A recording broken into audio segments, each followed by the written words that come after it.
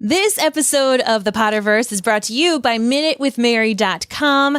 As you are probably well aware of, I love to play with makeup. It makes me feel pulled together. It gives me my moment of sanity. I actually often put my makeup on while I'm listening to the audiobooks of Harry Potter.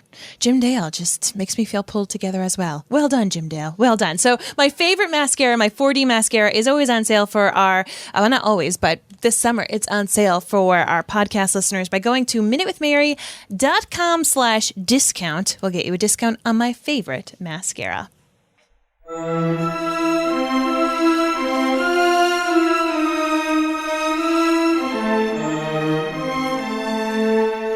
From Providence, Rhode Island, welcome to the Potterverse. It's a podcast dedicated to the book and film universe of Harry Potter. So grab your favorite wands and time turners. Let's step into the night and pursue that flighty temptress adventure.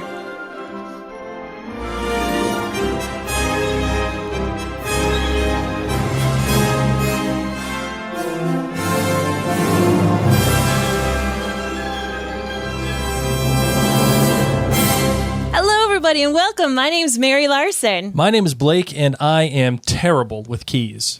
I'm terrible with keys. You are, actually. I am awful with them. I have one key. That's for my car. Other than that, everything else is... I mean, you have keys. I have keys. You lose them all the time. Lose them all the time. Yeah.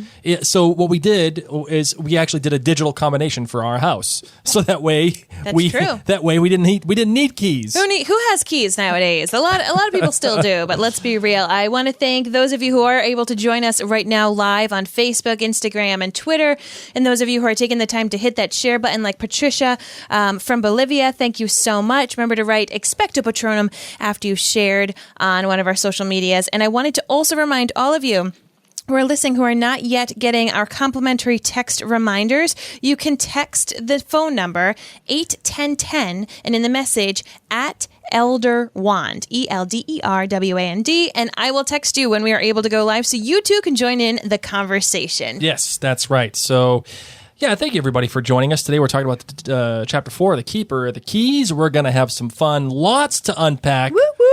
Lots. It reminds me of Hagrid. Lots to buy. Lots to buy.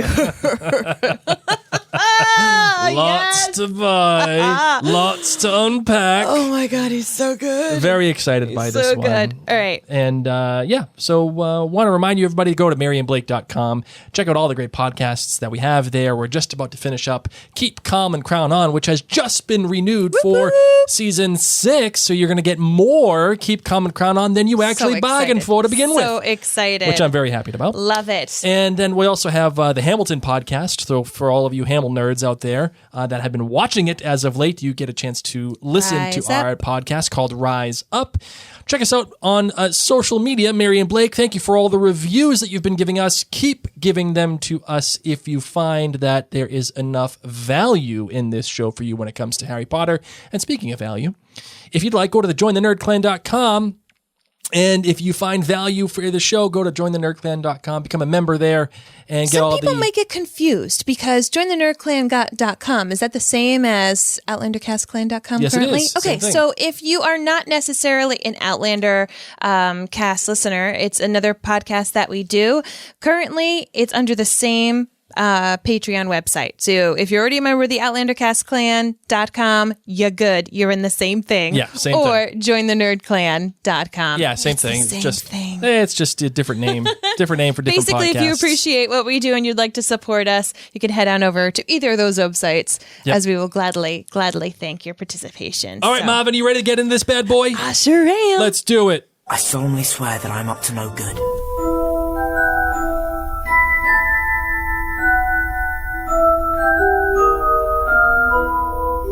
All right, so we're kicking things off. Chapter 4 in Harry Potter and the Sorcerer's Stone, The Keeper of the Keys. And my quote for this chapter, you guys, ready? "And here's Harry," said the giant. Harry looked up into the fierce, wild, shadowy face and saw that the beetle eyes were crinkled in a smile. "Last time I saw you, you was only a baby," said the giant. "You look a lot like your dad, but you got your mom's eyes." Oh, man.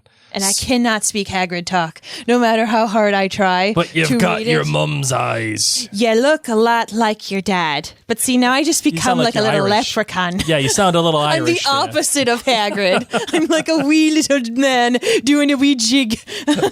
You look a lot like your dad. Oh, man. Anyway, that's the quote, because that is the first time that we hear that Harry looks like his parents. Particularly we hear a lot about how his mom's eyes and his are the same. But even the fact that he looks like his dad, we hear that time and time again. Oh, you Slughorn. Oh, but you got your mom's eyes. And Sirius even thinks that Harry in the third book is James because he looks so much like James as all that is happening. So it's just, I love that this is the first time that we see that Harry looks like his parents, especially his mom's eyes. Yes, totally agree. I am in love with this chapter. All of the chapters that are in the beginning of this book are just spectacular, and it's a testament to the author for, we've made a big deal of this, how she built her world, how she created it, and set up a ton of stuff that you have no idea about going forward. I mean, just that you already said it right here. Marvin. We do. We do. But as you're reading it, you look a lot like your dad, but you've got your mom's eyes, and that becomes one of a massively huge trait of Harry's. Yeah, a massively huge trait of Harry. So, Marvin, what sticks out to you most in this particular chapter so far that you think is deserving of talking about? Everything. Because, granted, quick synopsis. Hagrid busts in the door in the little shack that the Dursleys were hiding in with Harry, tells Harry he's a wizard, tells everybody everything that happened to the Potters in a quick little bit, feeds Harry because he's hungry. Right. And turns Dudley into having a pigtail. That's really like the quick synopsis, but you're asking what pulls at me? Yeah, like what gets you? What makes it spins your jib? So the keeper of the keys. Okay. Can we just unlock that for a second? Oh, yay. Yay. Bam! Just like that. A winner! Good job, Mary. Of course, Hagrid comes in and introduces himself as the keeper of the keys of Hogwarts. And we've learned in other publications that he has keys to lock and unlock every door, every lock on the castle and on the grounds. Mm-hmm. Which is pretty awesome, and you could just picture him having this giant ring of keys, something kind of like what you have, but you always do lose it. Lose it all the time. And it's big. It's terrible. A big collection of keys. I don't know how you're able to lose them, but he sure does. That's what she said. So I just loved the title of this because, of course, it's his profession, but he unlocks the wizarding world for Harry. Mm-hmm. He is the key to Harry learning about his true identity and to his past and what actually happened to his parents. Like, Hagrid is literally the key to opening up the rest of Harry's life. Good job, Marvin. That is good stuff. You're welcome. Bringing the heat right away. I've been off decaf for a week and a half, and my brain's finally coming back. This is just water. One of the things that I really like about this... Not off decaf. No, you've been off caffeine. Shoot. I'm not okay yet. No, you're still not okay. One of the things I really like about this chapter is the fact that Hagrid, as you said, is the key, but he also provides a sense of home for Harry. Immediately, what happens is Hagrid shows up and starts making a fire. He makes it quite homey. He sits down, makes himself very comfortable. Oh, yeah. Very quickly. Just totally in, ready to go. Yep. And he's like my mom. He brought his own food. Yeah, right. You know those people that show up and you're like, oh, okay. Oh, that's what we're doing. They're using my microwave. Do you know how this is going to... No, I love my mom, but you know what I mean?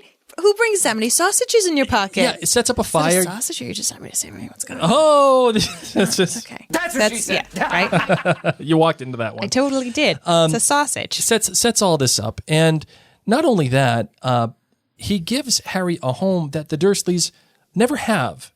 At all. He literally feeds Harry, which, as we know from the previous chapters, Harry is skinny and gaunt and almost emaciated because he's never really been fed properly, and he hasn't been able to feed himself, so he's relied on the Dursleys, who have never done that. And not only... This is the kid of the 90s, though. I'm like, where's his stash of Pop-Tarts? Yeah, right? Oh, come on, right? Or Gushers? Like, where are your Gushers at, man? Buddy. Come on. Kids who were raised in the 90s knew how to inhale a copious amount of calories in a quick time. And not only that, he gives Harry a cake, which is a big deal. And celebrates Harry's birthday. And the funny thing is, in the film, he doesn't spell it correctly. He spells it H-A-P-E-E, birthday, with the A-E at the end. Yeah. This chapter, I mean, I love meeting Hagrid in the movies, but I prefer meeting Hagrid in the book because the movies dumbs Hagrid down so much. Like you said, first off, the cake is chocolate and it has green frosting. He spells happy birthday correctly. Right. Like, this is a grown giant man who, yes, was kicked out of school at the mere age of 13 or 14, but he still knew how to spell, and he still is in charge of a great deal of things. So it is odd when the movie portrays him to be like this dumb sweetie oaf when he can still be a sweetie oaf and know how to spell happy birthday. Right. Goodness gracious. Which is funny because in the film, it portrays, obviously, Hagrid as not the smartest bulb, not the brightest bulb. Like, he's just a simple, happy, fun kind of guy, which is great. I mean, it matches that character. But I think one of the confusing things in this chapter is that when Harry starts talking about Voldemort, he says, "Oh, I don't want to say the name." Then he's like, "Okay, well, then you can spell it." He's like, "I can't spell it anyway." I mean, let's be real. It is a difficult name to spell if you hadn't been reading it. Right. But it stands in contrast, I feel like. To Happy Birthday? To Happy Birthday. I appreciate that. And this is one of those small things that I think is just a nerd little thing that I'm latching onto. Like, it's one of those, it's an earworm. It's essentially, it's a brain eater. Why can he spell Happy Birthday Harry perfectly fine and seem like he's able to write letters. Yes. He's able to ride a flying motorcycle. Yet he can't spell Voldemort. Because I doubt people were like writing about Voldemort. They don't even want to say his name. You know what I mean? And it's Voldemort, but it's with a T at the end. So I completely believe if this is a name that you haven't said forever and you don't write down in notes, you're not like, oh, I wonder what Voldemort's up to since he's been gone for 11 years, or 10 years. You know what I mean? Right. You're not writing it. So I can let that one slide. Well, that's a funny thing too, because we, some of the listeners here at last episode had made mention of how we're pronouncing Voldemort. Because in the film, it's Voldemort. This is a debacle. Yeah, this is a big deal. Tell me about the debacle. The author says it's Voldemort, like with no T, hard T sound at the end, more like how you'd say it in French. Sure. So Voldemort. The audiobooks by Jim Dale, books, I believe 1 through 4, have Voldemort. And then book 5, movies had come out where they said Voldemort. And he switched over to Voldemort.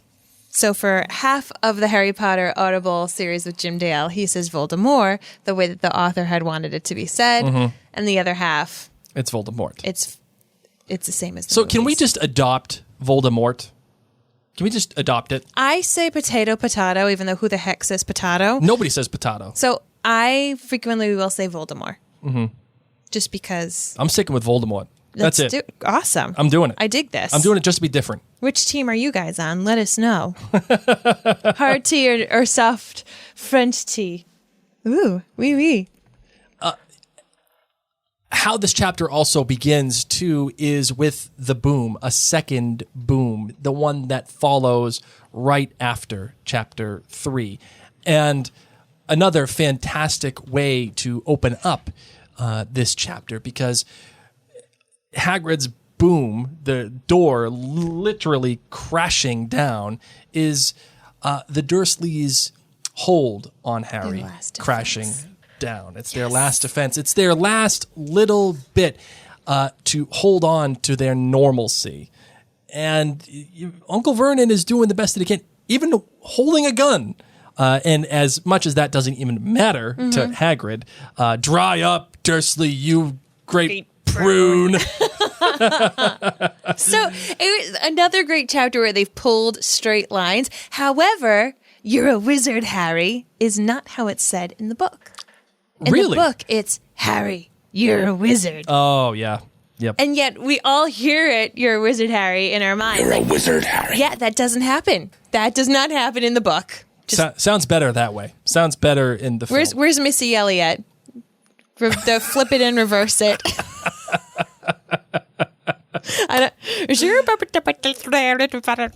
all I can do. That was bad. Thanks, That Blake. was bad. You know what that Thanks. was? You know? Great, Bob. You know, it's not like you're married to me. Oh, man. Hagrid is a Gryffindor. Okay. Okay. And you see that tremendously in this chapter. Because I think that many people will feel like, Hagrid, is he really a Gryffindor? This man is brave, okay? He was told by Dumbledore, you might have a little bit of difficulty making sure that Harry gets his letter.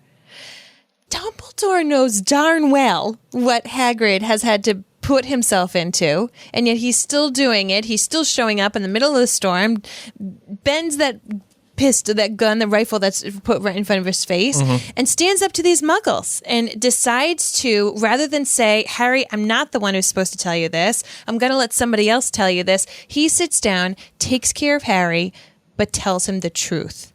Like, he is brave enough to tell him, your parents were murdered by a terrible, terrible wizard who, you know, Codswallop might still be alive. I don't really know how to break this to you. And you're a wizard, too. So I love that Hagrid's a different type of Gryffindor than we usually get to see. He's more like, he's got some Neville in him, you know? Absolutely. And you know, not as good looking as Neville now. I'll tell you that. Oh, current Neville? Ooh, boy. Grown-up Neville. Grown-up Neville. That'll Give me some gillyweed. I need to go cool off. Oh, my goodness. Seriously. Whew. Man. Oh, that was good. You're welcome, Blake. Some gillyweed. Grab me some gillyweed. Yeah, no, he's not as good looking as modern day Neville, but very few people are. But, you know, he even says Voldemort's name. Like, people don't say the name. McGonagall's even afraid to say the name. And Hagrid does it. He's brave enough to say it for Harry so that Harry can know the truth. I'm like, there you go. A quieter, more demure Gryffindor. I love it.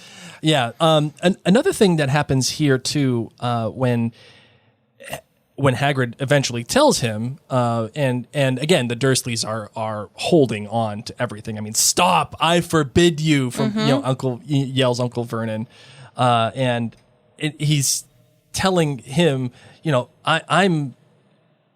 you're a wizard, Harry. Essentially, that's what it comes down to, and it's really nice. But one of the things that happens that the author does is really special. Is she talks about owls, and Harry has no idea what an owl does, why it doesn't mean. We've been introduced to the notion that owls bring letters, but you don't really get it. You kind of assume that they do that, but you're not 100% sure. And what happens is Hagrid writes this letter to Dumbledore. Hey, it even says it. Giving Harry his letter, taking him to buy his things tomorrow. Weather's horrible. Hope you're well. And then Hagrid doesn't turn around and say, well, Harry, you know. I'm going to take this here owl. Right. And he's going to take my letter because this is our mail. And once again, I can't do a Hagrid voice the to save my life. The beautiful part is the author shows you instead of tells you what exactly is happening. She writes, throws it out the door. Yeah, for all the exposition that happens in this chapter, of which there is a lot. And by the way, that's okay, because Hagrid is explaining it to Harry, who has no idea about any of this, about anything at all. And we too, as readers, have no idea what it is as well. So because of that, the exposition here is perfect. But she does this one thing that I really like. She says, Hagrid rolled up the note, gave it to the owl, which clamped in its beak, went to the door, and threw the owl out into the storm. Then he came back and sat down as though this was as normal as talking on the telephone. And I love this, too. Galloping Gorgons, that reminds me, said Hagrid. clapping a hand to his forehead with enough force to knock over a cart horse, and yet from another pocket inside his overcoat, he pulled an owl, a real, live, rather ruffled-looking owl, a long quill and a roll of parchment. He does this after Harry says, "What does it mean? They await my owl." Once he actually reads the letter. So Hagrid could have sat down and said, "Well, Harry, this is what we do. This is how we send our mail." He doesn't do that. He just takes it out. There it is. Go get him. Craziness. What do you think about that, Mary? Do you think that is the right choice, or do you think that was... Oh my gosh, the complete right choice to just let us see how this is all going? I love it. I dig it. No? Yeah, no, absolutely. I am in. Anytime as a storyteller that you have an opportunity to show your story, do so. Yes. Show it. Don't tell it. Stop telling me. Stop giving me dialogue to explain every little thing. I don't need it. And neither does Harry. We just get kind of thrown into it, and that's the right thing for me. Speaking of right thing, I want to thank Susan Hurst and Anna Robin, who have Expecto Patronumed by sharing this on their walls. Thank you guys for watching live and sharing. Okay, so we've got Hagrid being the one that opens up this world. We get to see, rather than being told, many aspects of this magical life that we're just going to keep on ingesting. We frequently like to talk about, not frequently, but it's a thing that we're doing, is we're looking at a chapter from somebody else's perspective. And I think that it could be fun for us to look at it from Hagrid's perspective, but also Petunia's perspective. Oh, sure. So can I do Petunia in chat? Yeah, absolutely. Yeah. I kind of want to do Dudley, too. Oh, yes. Because he... okay, but you do Petunia. So in this, we really get to understand where Petunia's hatred of the wizarding world comes from, and I just wanted to think about it from a different perspective. Granted, they are terrible, wretched, awful people who have belittled Harry, forced him to live in a cupboard under stairs, really, really mistreated him, both physically and emotionally, but... it is interesting to hear how she talks about how her parents were so proud that Lily came home from school with all these spells and turning teacups into rats and all these things, which goes to show you that Lily was actually not. I love this. I love this passage. So let me just read it real quick. "You knew," said Harry. "You knew I was a wizard?" "Knew?" shrieked Aunt Petunia suddenly. "Knew? Of course we knew. How could you not be, my dratted sister, being what she was? Oh, she got a letter just like that and disappeared off to that school and came home every holiday with her pockets full of frog spawn, turning teacups into rats. I was the only one who saw her for what she was, a freak. But for my mother and my father, oh, no, it was Lily this and Lily that. They were proud of having a witch in the family." She stopped to draw a deep breath and then went ranting on. It seemed she had been wanting to say this for years. Oh my. So we get it out. We get it out in the open that for years she's been wanting to vent about how her parents were so proud of their daughter for becoming a witch. And what we, of course, know from later books is that Petunia desperately wanted to get into Hogwarts. So here she was denied. She got to see her sister do magic. This wasn't just something that she heard about willy-nilly. This was a real thing. We also learn in future books that she learns about the Dementors of Azkaban. She understands a bit of the danger of it. Sure. So here's where I wanted to take a different perspective. So this sister who she admired, who she wanted to go to the same school as, whose parents adored her and who she had to play second fiddle to and had all this deeply seated, jealousy over, gets killed by the most powerful dark wizard of their time, who maybe Petunia had heard about. We don't know, but probably. Because it seems like Vernon, got to even meet Lily and James. It feels like that, or at least he knew them when they were alive, before they got dead, because he knew them, obviously, before Harry was dropped off. Then Hagrid gets dropped off. And yes, Petunia is a terrible, terrible, terrible aunt. But could she also be not wanting Harry to go, not just because of the magical world being something that she hates, but actually because she's fearful for Harry? Sure. She's fearful for his life. She's heard of Dementors. Her own sister was killed, and she didn't even get to say goodbye. There was no, body to necessarily... It was just, blown up by Voldemort in a different way. Couldn't properly mourn with Lily's friends and community, and she wasn't even part of her life. But also, think about it. When Harry has his life unlocked for him by Hagrid, and Hagrid says, later on, Voldemort's is like a safe place. It's not. Every single year that Harry spends at Hogwarts, Voldemort is trying to kill him. Absolutely. And if Petunia had this conflict of feelings like, this boy who I have raised since he was a baby. Yes, I've been terrible, but I've raised him since he was a baby. I fixed his boo-boos. I gave him clothes, granted bad ones, but I've taken care of him since he was a baby. Now he's going to go in this magical world, and he's probably going to die too.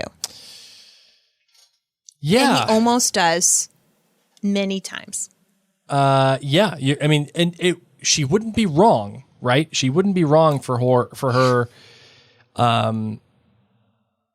She wouldn't be wrong in her assessment if that were the case. I just wonder if that is the case because she hasn't. I'm just playing a game because this is how I want to look at each. Oh, chapter. right. No. I think that's fine. I'm not saying I want to be your best friend. No. I think the thing I would say is that there's no textual evidence to suggest that she has anything other than jealousy in her heart, and that need to stop Harry from going seems to suggest that it's just because of jealousy. I personally don't see enough care at all for Harry, especially you can make an argument in the movies that there's a little bit more there. The fact that they take Harry to the zoo without even question, that he's just coming. But in the books, it's like, oh no, it's a big, we can't pawn him off, and we have to take 3 kids as opposed to 2. And that stupid lady, Mrs. What's her name, broke her leg, and yada yada. So I don't know. I'm not 100% clear on that quite yet. Once again, I was just trying something out. Oh no, I get it. and of course it then leads to. But you're right. There may be some textual evidence to this, Mary. Okay. And I just looked at it, and I wanna say it here. She stopped to draw a deep breath, and then went ranting on. It seemed she had been wanting to say all of this for years. Then she met that Potter at school, and they left and got married and had you. And of course, I knew you'd be just the same, just as strange, just as abnormal. And then, if you please, she went and got herself blown up, and we got landed with you. That, to me, suggests that Petunia is aware of the danger in that world. And they were left with him because of the sister, and the way that she apparently, at least in Petunia's eyes, didn't seem to take that into consideration, like the safety of it all. And she went and got herself blown up. Perhaps there is a little inkling of Petunia recognizing that there is enough danger there where Harry could get himself blown up. And why was Lily targeted by Voldemort? Why was she blown up? All of these things are probably mixing around her head, and maybe there is some evidence. Maybe. I just, reading it through this, with Hagrid saying, oh yeah, we've got Dumbledore and he's the best and Hogwarts is safe. And it just really hit me that Harry's life, granted, wretched living in a cupboard under the stairs. Mm-hmm. Harry's life was safe before.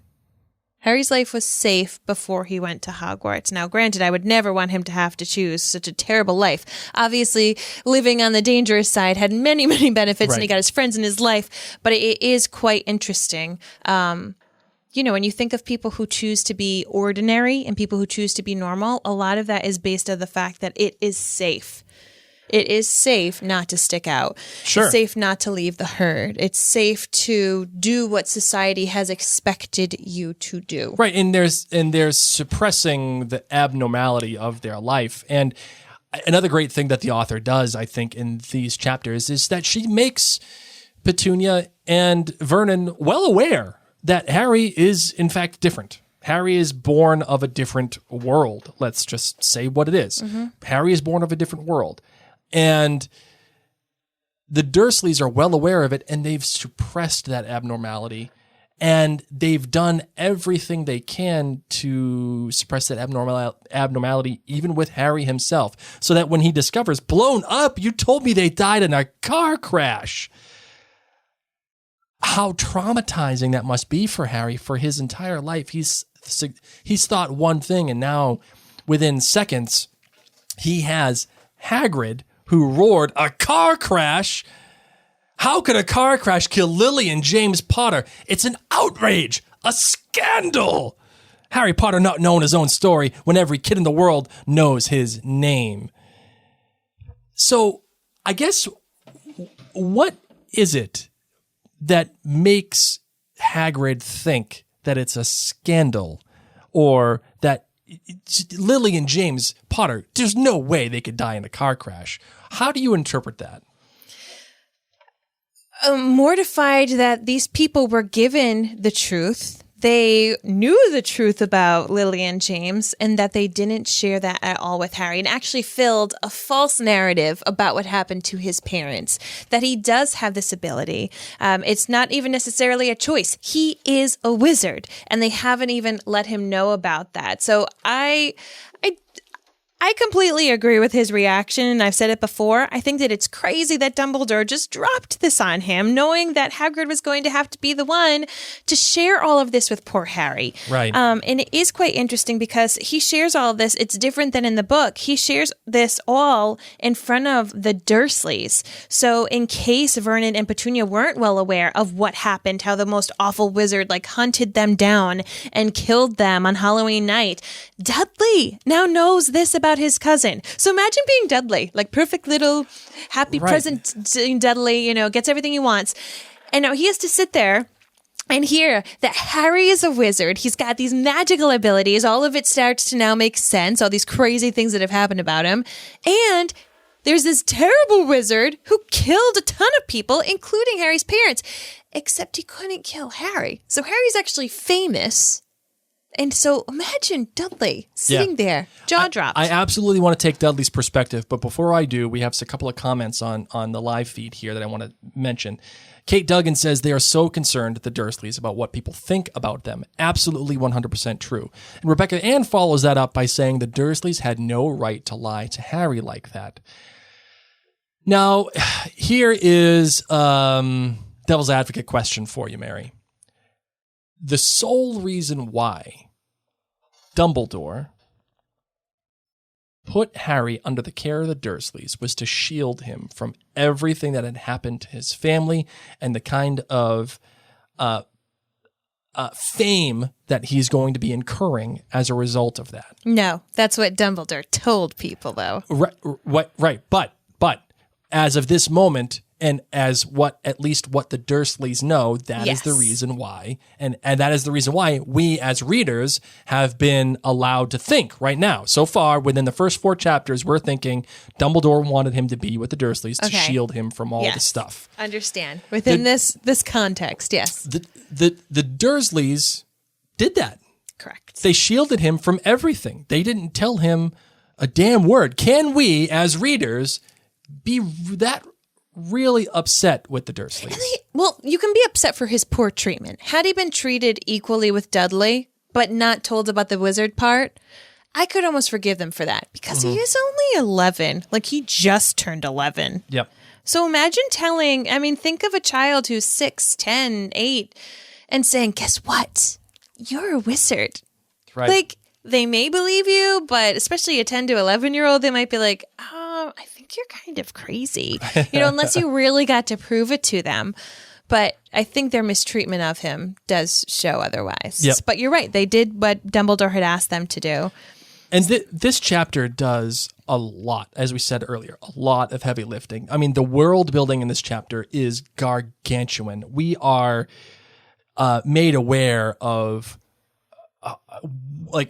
an entire world of history. We learn about Voldemort. We learn about what a Muggle is. I mean, from the jump, we learn what a Muggle is. A non-magic folk like them. Yep. We learn that Hogwarts is the best school for witchcraft and wizardry. Yep. We learn that there are good wizards and bad wizards. And we learn about the bad wizard, Voldemort. We hear his name for the first time, which is a really important name to hear. Mm-hmm. We hear that Hagrid was mysteriously expelled in his third year. Yeah, what did Hagrid do to get expelled? Yes. And that it also highlights the fact that even though Hogwarts has been made into this magical mystery tour of a school, it may not be all that pretty. It may not be everything that Harry is making it out to be, because the person that stands right before him has been expelled from Hogwarts. We also learn about Hagrid's extreme loyalty, especially to Dumbledore. Right. And that he'll take care of Harry. I mean, he nurtures him. He puts a coat on him. He feeds him. He brought him a cake. Yep, absolutely. Love it. Not only that, I mean, we talked about it already, but we learned about what happened to Lily and James Potter.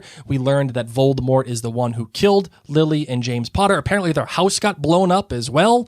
And then we learn about, let's see. We also learned that Lily and James were head boy and head girl. Yes, absolutely. That they were the best wizards of their class. Yes. And we're made to think that Lily and James are the all-stars of their class in Hogwarts. And it isn't to say that they aren't, but when you look later on in books, you kind of realize that James was kind of a dick.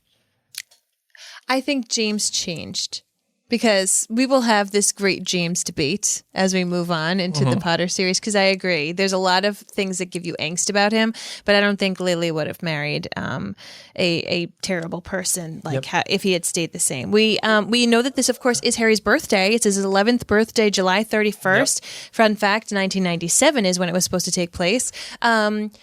And his letter says you need to respond by July 31st. Right. So it's not that you get your owl birthday letter. You get it just like every summer or spring, and you need to send it back. So that's why these letters were trying so hard. If Harry didn't RSVP, he was going to miss everything. Right. We from this, we also glean the fact that Voldemort was going after everybody and killing all these different kinds of wizarding families because he was gathering followers. There was this great, in essence, civil war between wizards. But more importantly, we also get the idea that Harry's scar is in fact magical. That comes from a curse. Yep. A curse that from killing people, and Voldemort killed everybody. And the one thing that stopped him was Harry. Nobody knows what happened or why, but he was stopped. We learned that Voldemort disappears. It's the amount of world building here is huge. And then we leave off with Hagrid and Harry spending the night in the cottage with the Dursleys. Oh, yeah. Talk about different than the movies. They just kind of like fade to black. Can you imagine that? Dropping that bomb on the Dursley family, having a giant in your house who has much better food than just stale chips, might I add. Maybe that's why you want to let him stay in the house. He has cake and sausage.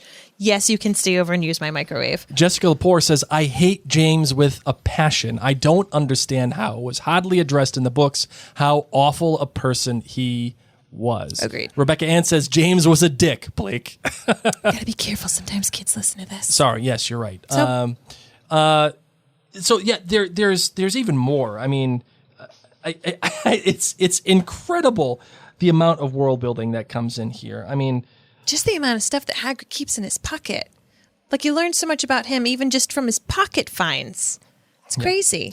So we do. Hagrid, this chapter opens the gate of magic. Before this, it was just owls fluttering bound around in whispers, right? Mm-hmm. But this is where it's the magical world, the blueprint is laid out for us. And I think that is a great place to wrap on up. Yeah. Lastly, the last thing I want to mention here is the struggle, I think, between the push and pull between what is a Muggle world and a wizard world is already being evidenced simply by the fact that we see Hagrid, who's not supposed to do magic, by the way, but does anyway. And again, more rules that we're learning about the wizarding world. Also, very Gryffindor. Turns it into a pig and whatever. They don't listen to rules. We see the push and pull here of these two worlds. And Harry is automatically and immediately drawn to Hagrid. He even says that there's a bit of warmth and kindness that he feels immediately from Hagrid later on in the chapter. And you can see that Harry is gravitating towards the power of being able to do whatever the hell you want to anybody you want, which, in my estimation, is also some more foreshadowing because part of Voldemort is in him. And I think you feel that push and pull with Harry throughout the rest of the series, especially in the films. In the films, he wants to be normal. He knows he has friends in Hogwarts, but he also has this prophecy about him that he's the one, and he has to fulfill it. You get this really great sense of it in the fourth movie when Potter sucks and the whole thing, and Harry Potter is the person who everybody hates in the fourth film. It's for a story like the Chosen One style story. Think of Neo in The Matrix, or Luke Skywalker in Star Wars, or Anakin Skywalker, or whatever. For that person to turn around and be hated is a huge jump in that kind of storytelling. Love it. So that's that. All right, Marvin, time for the emails. Woo-hoo! Let's do this. Okay. We got some questions here. One question comes from Tracy Hose. She says, hi, I'm not sure what chapter this is from, and I don't know where my books are to look it up. It's all good, girl. I believe it is in Harry Potter and the Sorcerer's Stone. I remember that Harry and Ron, can't remember if Hermione is with them or not, were caught walking in the hallway late in the evening. McGonagall caught them and told them to get back to the dorm. It's not safe right now, she says. I wonder what she was referring to. Never figured it out. Also, later on when Harry and Hermione get caught after getting rid of the dragon and they get detention, when Hagrid told them that what they did wrong, and now they have to pay for it. Did anyone not figure out that if that wasn't for Hagrid, Harry and Hermione wouldn't have gotten in trouble in the first place? Okay, that's all for now. Thank you very much. Ooh. Those are some good questions. Yes, and I think I might need to save the wandering around for when we do get to that chapter.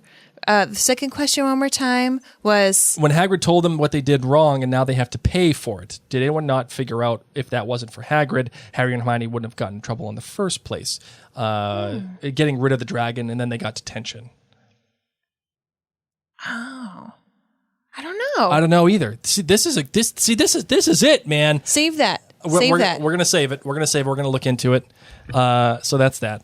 Sorry, my brain is just so focused on the Keeper of the Keys chapter episode. So, but we're going to definitely come back to that because we can easily put that in the correct chapter question area. Yes. All right. Awesome sauce. Okay, we got some questions here on the Facebook and on the live streams. Okay, Instagram. What do we got? Rebecca Ann says, if you were not Slytherin and Yep. if I was not Gryffindor, which house would you want to be in? Ravenclaw.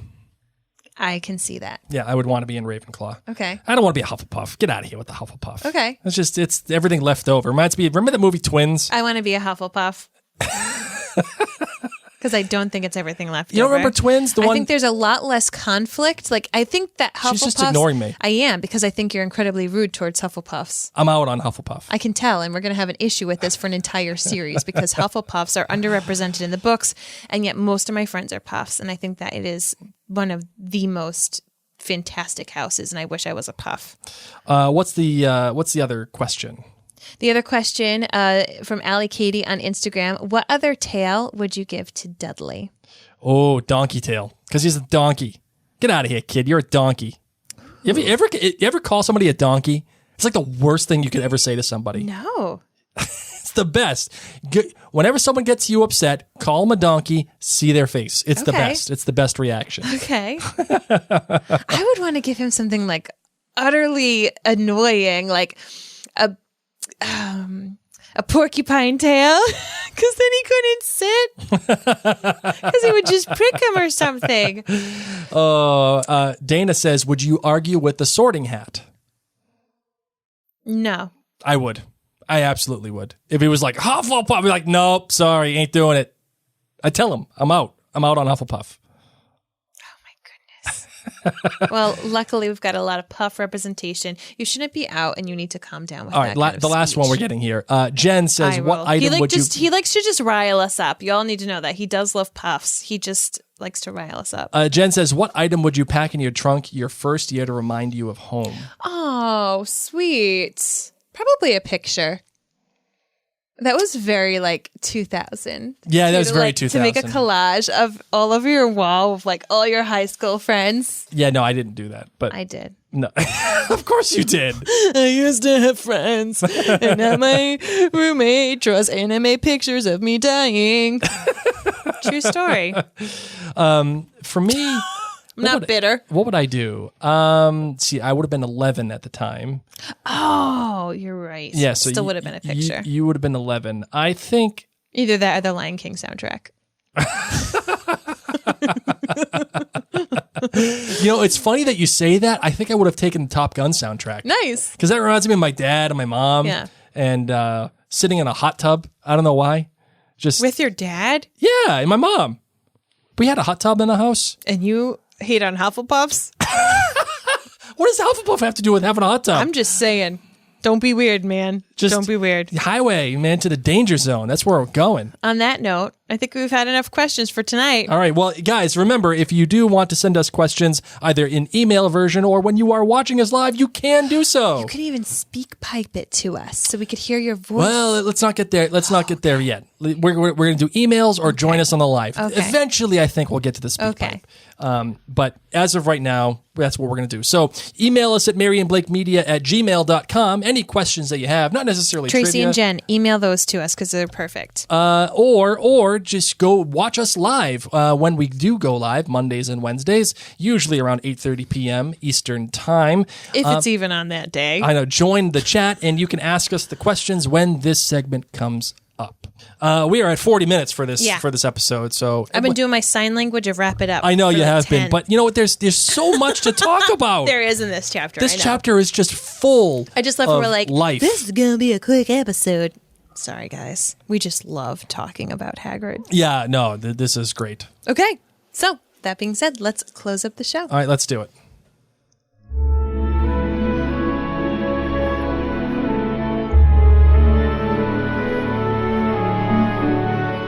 We want to thank you once again for taking the time to listen to the Potterverse. We want to remind you that if you're watching this here live, that you can actually find the Potterverse in your favorite podcast app of choice. Make sure you hit that subscribe button. And if you don't hate us too much, if you could take a moment to leave us a written review, we would greatly appreciate it. Yeah, well, if you think that that we suck, that's okay. Tell us too. No, please don't. We'll change whatever we got to change. No, we won't.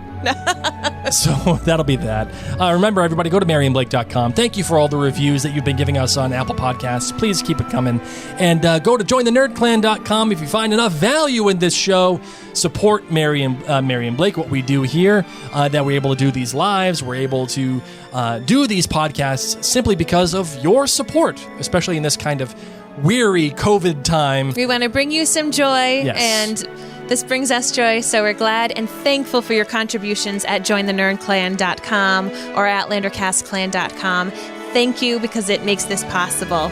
So we're going to be coming back at you with the upcoming chapters of 5 and 6 in the very, very near future. Yes. Hold on tight. We're heading to Hogwarts. For now, I'm Mary. My name's Blake. Mischief managed.